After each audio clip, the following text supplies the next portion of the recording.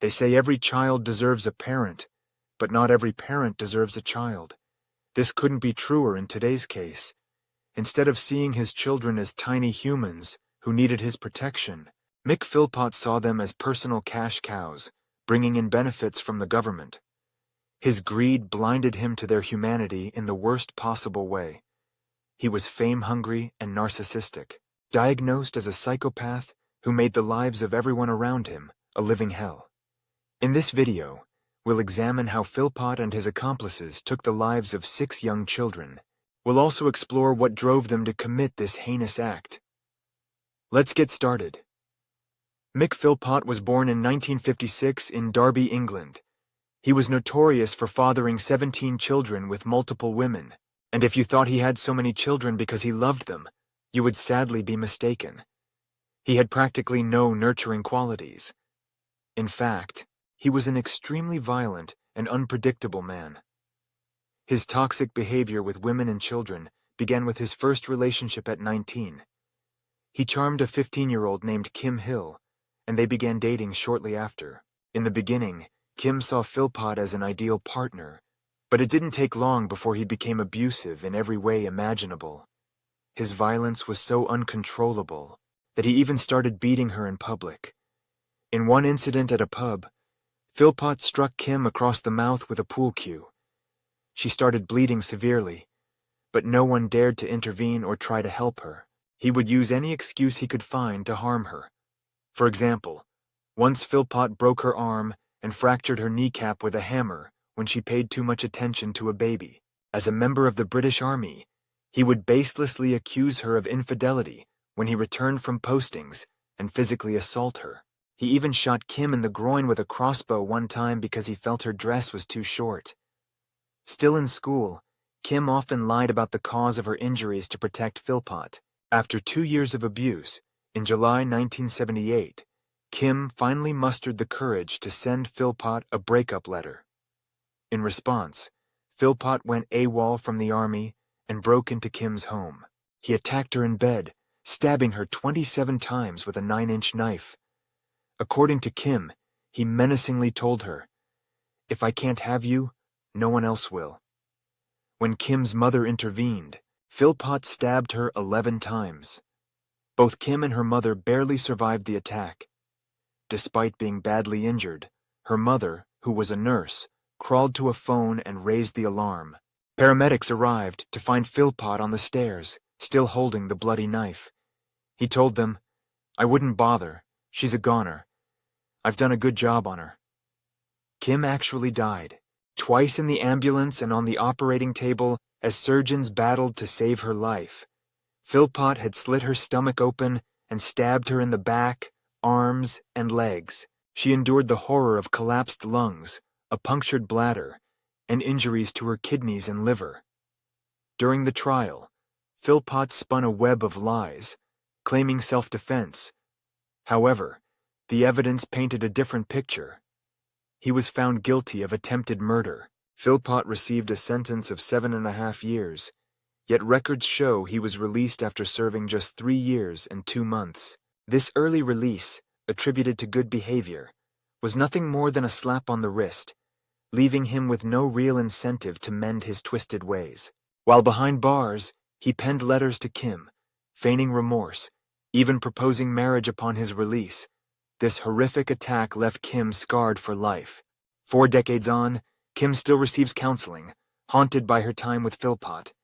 She once said, "Do not say no to Mick Philpot, you don't say no to him." Philpot simply couldn't comprehend the word no. After his release in 1986, he married Pamela Lomax, fathering 3 children, yet his abusive behavior persisted. Pamela, gripped by fear, dared not report him, mindful of Kim's fate. In silent prayer, she hoped he would focus his malice elsewhere, which he did. By 1993, Philpot, at 37, was entangled with 14-year-old Heather Keogh. Pamela departed after uncovering the affair. Heather, a mere teenager, fled her family to join him on her 16th birthday, bearing 2 sons. Philpot's abuse continued, even resorting to violence over her inability to birth a daughter. He encouraged his older sons to emulate his violent ways against Heather. Philpot desired more offspring, yet Heather bore no more children. As punishment, she often found herself locked outside, banished to the garden. Heather confided to police how Philpot once brandished a knife when she attempted to leave. Eventually, she scaled the fence to escape. She had to leave her children behind, but managed to regain custody after a grueling court struggle. Heather described Philpot as a Jekyll and Hyde, initially charming, then violent. In 2000, Philpot encountered 19-year-old Mairead Duffy, a single teenage mother.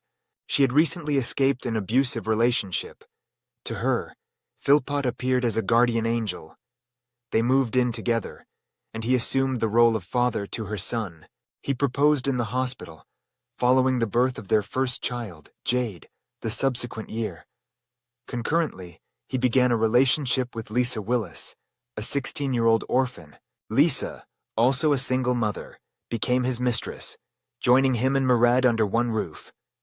Perhaps due to Philpot's domineering nature, Lisa and Mairead forged a close bond. They often confided in each other. Lisa mentioned treating Mairead's children as her own. A disturbing pattern emerged. The three women entangled in Philpot's life. They had been mere teenagers when they first encountered him, their vulnerability exploited as they were groomed. Philpot wed Mairead in May 2003, with Lisa serving as her bridesmaid. From that year forward, Philpot cohabitated with both women in a cramped 3-bedroom council house, fathering 11 children. While the women labored, he remained jobless, collecting their wages and living off government benefits. His efforts to expand the family were relentless. Intent on maximizing his benefit payments, he requested a larger council house for his expanding brood, only to face denial due to unavailability. Mairead and Mick's marriage took place in 2003. Would you take my Miss Caroline to be your wife? Would you love her, comfort her, honor her? Mairead stood 7 months pregnant with Mick's child on their wedding day.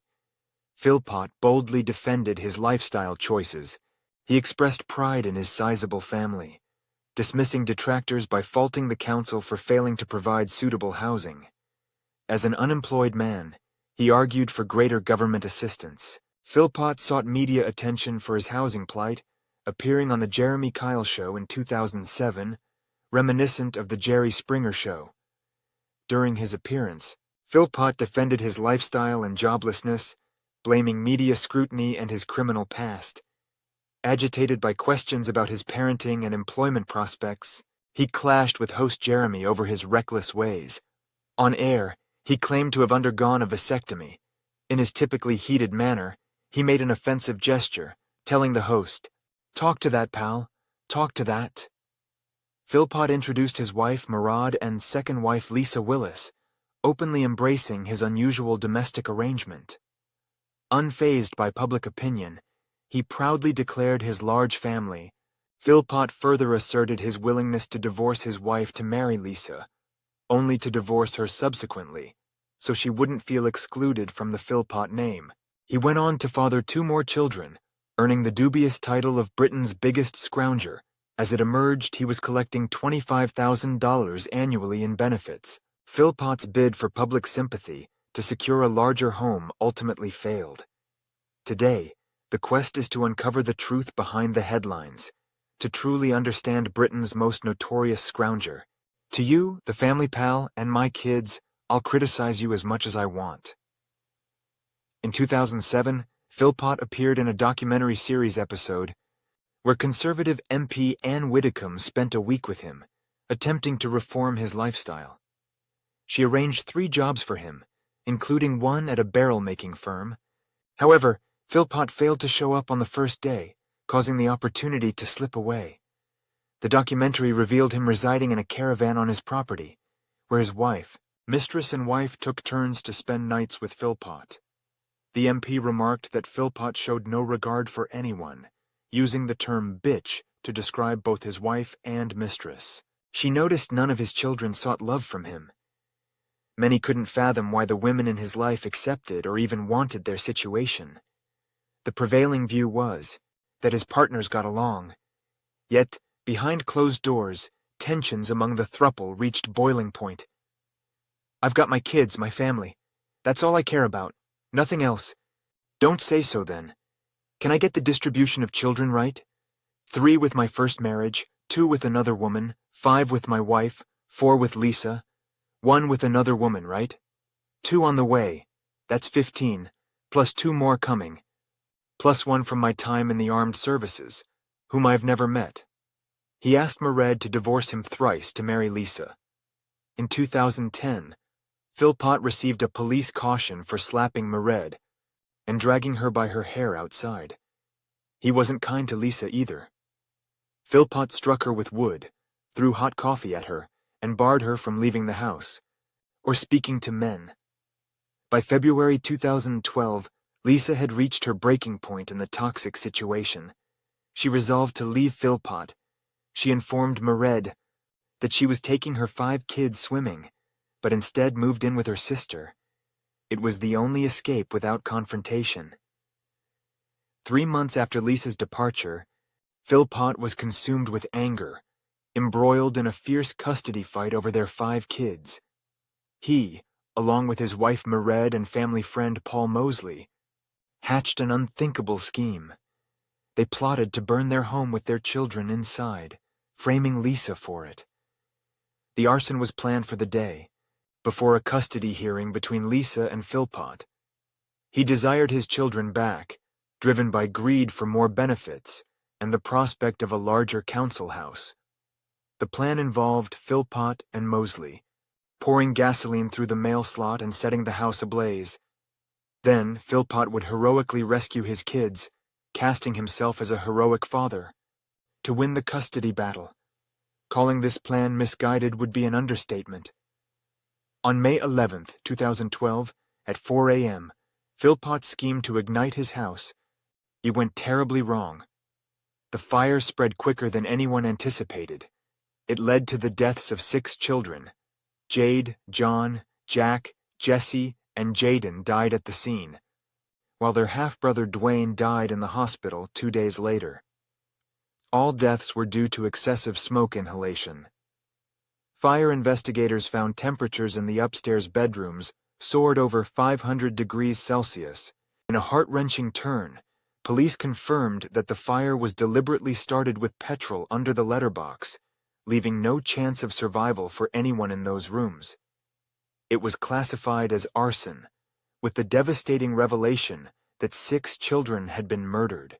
Police confirmed that the fire was deliberately started with petrol under the letterbox, leaving no chance of survival for anyone in those rooms. It was classified as arson, with the heartbreaking announcement that 6 children had been murdered. All of these children belonged to Mairead and Mick Philpot, with the exception of Dwayne, who was Mairead's teenage son from a previous relationship. Jade, only 10 years old, was remembered as very intelligent. 9-year-old John, known for his cheerful, smiley, and polite demeanor, brought joy to those around him. Jaden, a 5-year-old, cherished the warmth of cuddles from family and friends. 7-year-old Jack, shy and bashful, was the quietest sibling and a delight to be around. Jesse, 6 years old, was known for his loud character within the family. Dwayne, the oldest victim at just 13, was described as a charming and caring young boy, often acting as a protector for his younger brothers and sister. The community was oblivious to the darkness that lurked within their father. Many who knew Philpot and his family defended his lifestyle, claiming that any negative portrayals were far removed from the truth they believed they knew. Bobby Sutherland, a local, was moved to establish a charity to aid with the children's funeral costs, insisting that Philpot loved them desperately. Fighting back tears, Sutherland stood outside the fire-ravaged home, stating, "Yeah, they can criticize him, but he loved his kids. Mistakes happen, but you don't deserve that. Nobody deserves that." This highlighted Philpot's ability to manipulate those around him, maintaining his facade as a good father and husband. Initially, Lisa Willis and her brother-in-law faced questioning, but they were quickly cleared of suspicion. Meanwhile, witnesses noted Philpot's peculiar behavior, Odd for someone who had just lost several children, as he seemed to revel in the media spotlight. A mortuary manager observed Philpot's inappropriate antics when viewing his children's bodies, even going so far as to put a family liaison officer in a headlock during one visit. As part of their investigation, the police arranged a press conference for Philpot and Mairead to speak. During the conference, Philpot expressed gratitude for the support received, announcing the decision to donate Dwayne's organs to save another child's life. He thanked the community for their response and requested privacy for his family, directing all questions to the police.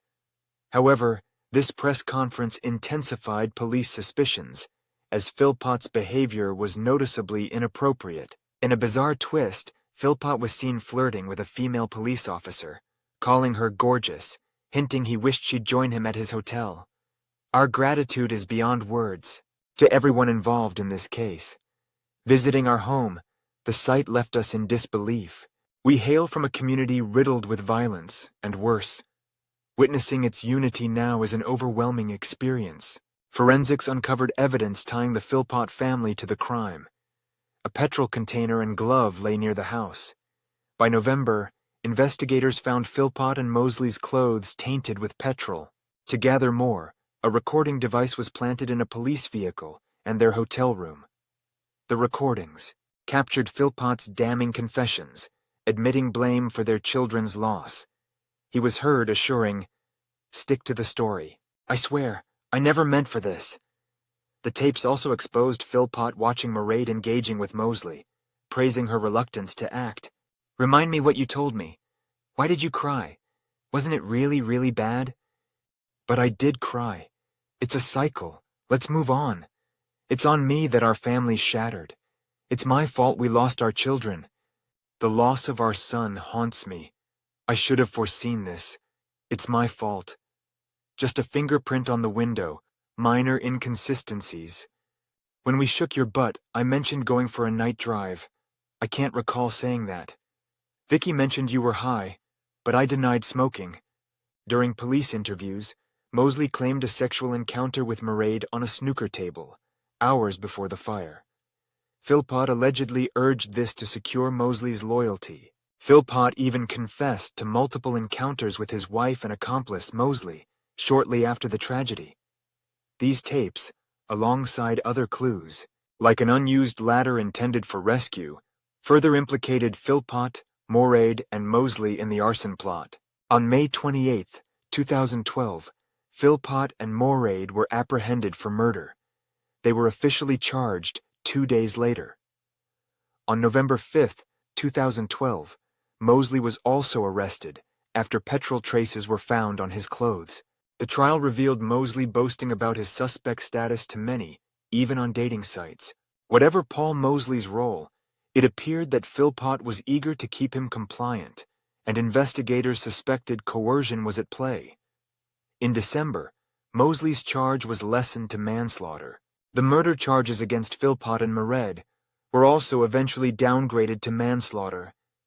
Evidence indicated that while they did not intend to kill their children, they schemed to frame Lisa for putting the family in danger. Their motivation was not merely revenge. Having more children meant increased benefit money and potentially a larger home. On April 2, 2013, the couple, along with Paul Mosley, Philpot was found guilty of manslaughter for the deaths of the 6 children. He received a life sentence with a minimum of 15 years to be served. Mairead and Paul Mosley each received 17-year sentences, with a minimum of 8.5 years to be served. Mairead later appealed her sentence, but the judges ruled that the original term reflected the immeasurable harm she had caused.